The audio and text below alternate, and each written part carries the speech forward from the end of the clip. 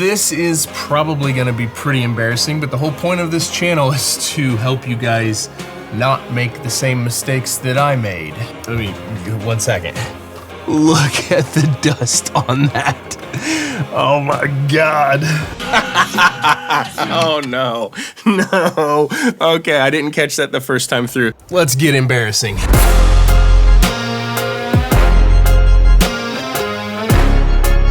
So this is a Korg digital recorder, and this was what I bought from the music store that I worked at, Flores Music, back in Peoria, Illinois. I got this when I was 19, I think. This would have come out when Pro Tools was on version 4 maybe. And this was like one of the first decent solutions to record yourself at home without having a Pro Tools rig or a tape machine. I have not turned this on in many, many years. And today I thought we would critique my earliest work. I want to point out all of the things that I did horribly on these earliest songs that I produced and mixed in an effort to hopefully keep you from making the same mistakes I made. You cannot find any of this music anywhere because the bands that I did on this broke up long before streaming was a thing, and none of the music was ever submitted to streaming, so at least there's that. At least you can only make fun of me by sharing this video. By the way, don't forget to subscribe and like and drop me a comment on this one. Before we get into it, this video is sponsored by Sweetwater. You cannot buy this from Sweetwater. I don't think they've made this for a very, very long time, but just about everything I've gotten since then I've gotten from Sweetwater, and there are links down below for everything else that I use besides this dinosaur, and those links go to Sweetwater. And if you ever need any piece of gear, jump on any one of my videos, click on any one of the links, buy anything you ever need, and it goes a long ways to help support this channel and help me keep making videos like this. Thank you, Sweetwater, for sponsoring this video. What am I even doing here? Maybe this video doesn't even get posted. Who knows? Wow, okay. Well, here goes nothing. Is it even gonna turn on? Let me see if I can figure out how this worked, and then we'll get it all hooked up. We'll get some stuff playing here. Okay, so a couple things that are interesting about this. One, I had to figure out a way to hook the cables up to the back of it to run through my whole system and to record the output of it, so that way you guys could follow along and actually hear what I'm hearing in real time. The other interesting thing about this is if you hit, let's see, what is it here? If you hit this track button right here, that brings you up all of your virtual tracks, basically. This did actually have virtual tracks. And so basically it would be like the first virtual track here across the top here for each channel. Like that would have been our drums. And then I would have mixed and bounced the drums down to the second one here. And then these would have been like guitars and bass and whatever all else. And then the actual mix got bounced down to the very last virtual track. It is kind of crazy to think about that this existed that long ago, because this is 20 years ago, basically, at this point. So I have got it all routed, and we are going to take a listen to the first thing I ever produced. Here we go. Let's take a listen to the first thing I ever produced. Now I'm gonna listen to the whole thing because I actually want to absorb this. If you want to skip through this, this time right here is when we critique it. If you don't want to listen to this mess, here we go.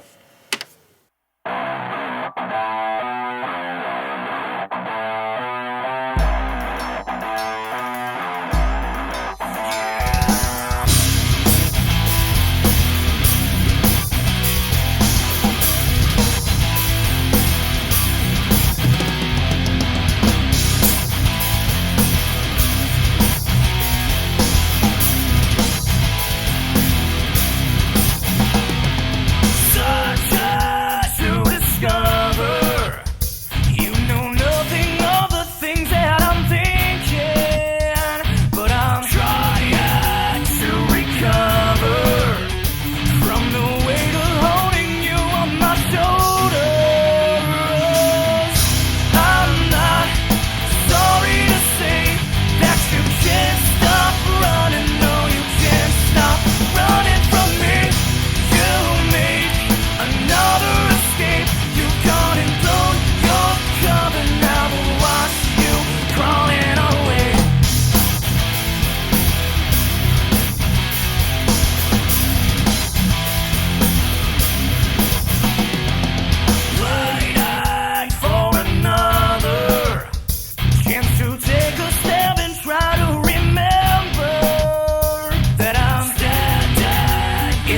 corner, drowning further in the depths of my anger. I'm not sorry to say that you can't stop running. No, you can't stop running from me. You made another escape. You've gone and blown your cover. Now we'll watch you crawling away.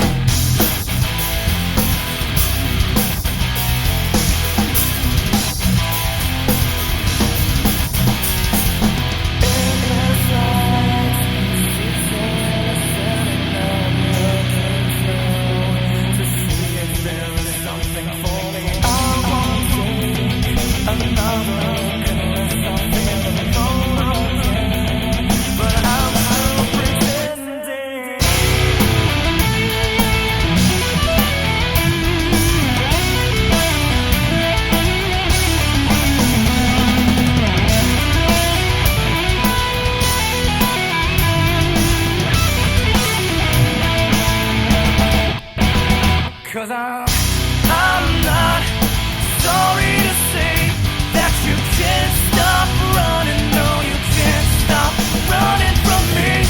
You made another escape. You've gone and blown your cover. Now we'll watch you crawling away. I'm sorry to say that you can't stop running. No, you can't stop running from me.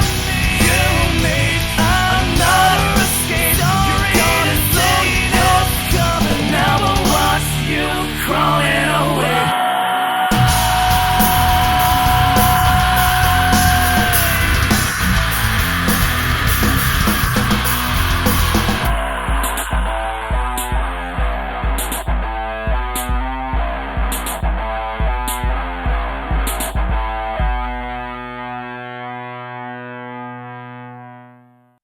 Huh. Okay, one of the funny things about this is if I would like to listen to this again, I actually have to rewind it like a tape machine. You have to, why is it not stopping? What's going on here? Stop, please. There we go. You actually have to rewind it like a tape machine. You can't just scrub back to the beginning, so that's kind of funny. Okay, let's start. You hear the fan kick on? That's hilarious. Okay, so I want to start this with the most obvious, and then we will work our way down to the more and more subtle. The most obvious, well, one that actually wasn't terrible. This was 20 years ago on this thing. The first thing I ever produced, first band I was ever in, like, that song got played on FM radio, by the way. So yeah, not terrible, actually. Loads of places for improvement, so let's go through it. Now, one of the most obvious things to me is the drums. Now, we gotta turn this fan off. That's gonna drive me insane. How do we, power off, yes, please. There we go, okay. I forgot how slow anything computerized was. By the way, I tried to hook this up via USB to my actual computer. I thought maybe it'd let me see the files on the hard drive.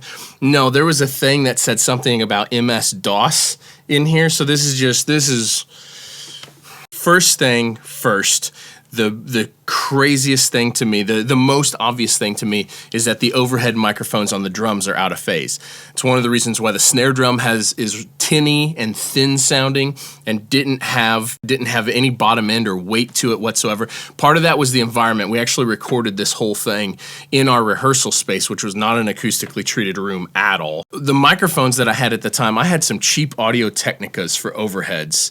I don't remember what they were, but they were like $100 microphone, and I used those for overheads, and I used that to record the vocals on this. No compression on anything except the vocals, because I didn't have a compressor, and the compressor in this is really tacky and hard to use and sounded terrible. Anyway, drum overheads were out of phase. If I was in Pro Tools and I was receiving this song to mix, the very first thing I would do is zoom in and make sure I got the overheads in phase with each other and in phase with the snare drum.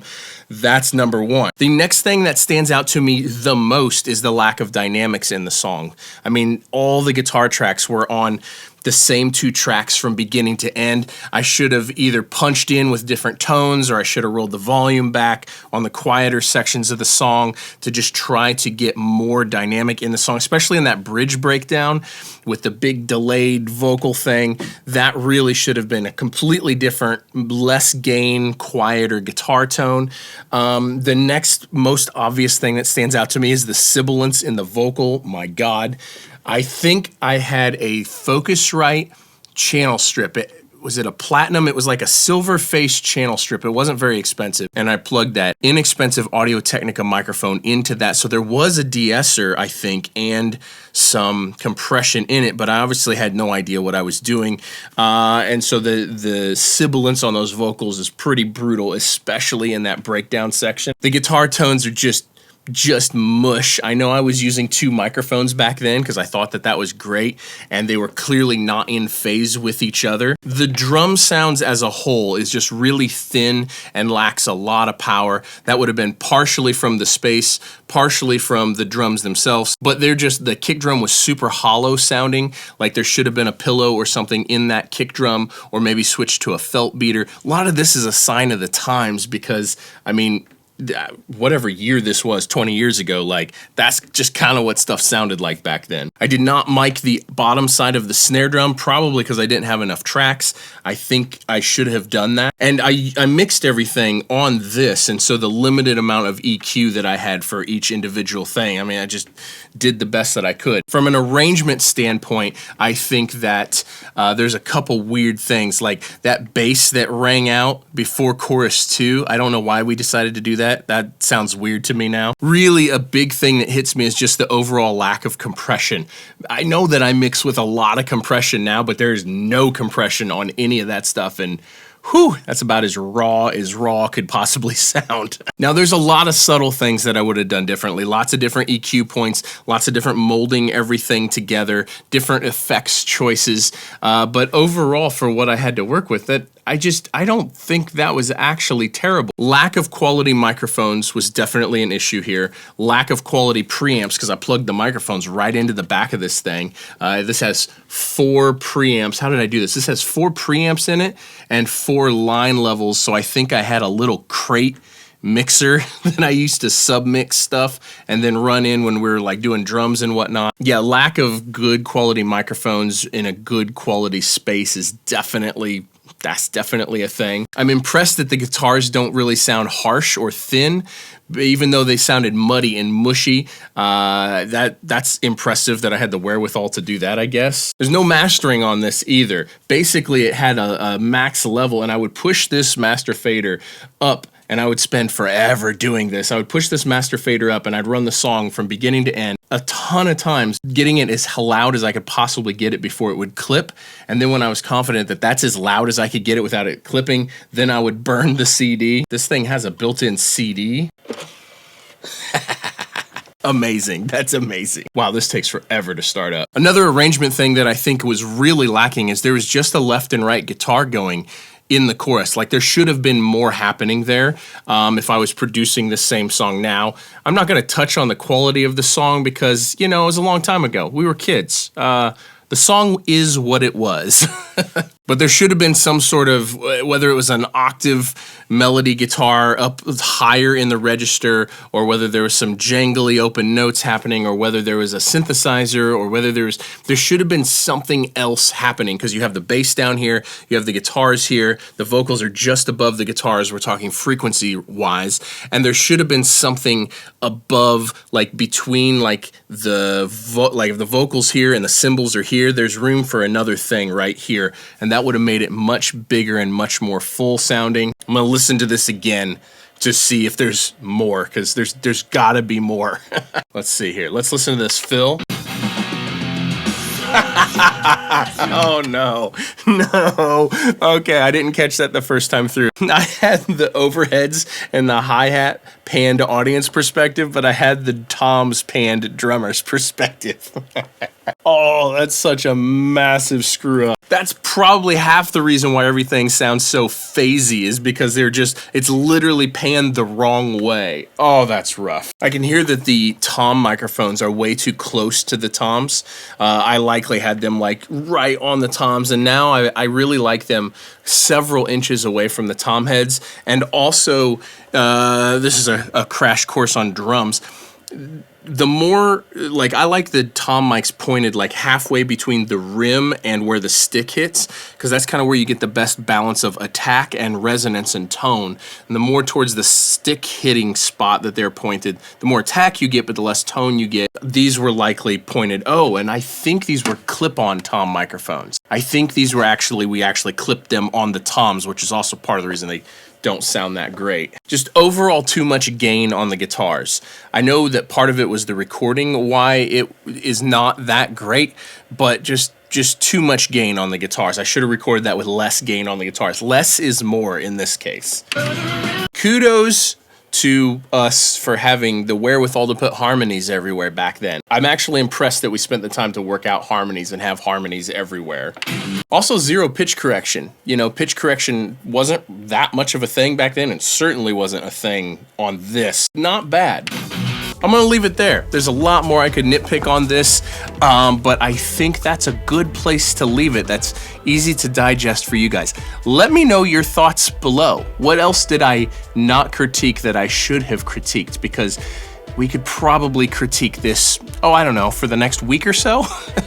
Now that I've pulled this out and critiqued this, I wonder if I should remix it. Let me know down below if you would like to see a point of view of me remixing and addressing all of these problems. That'll be an 1.5 hour long video. Might be fun. I hope you were entertained by this. Thank you guys for watching. Don't forget links down below for everything. I'll see you guys in the next one. Peace.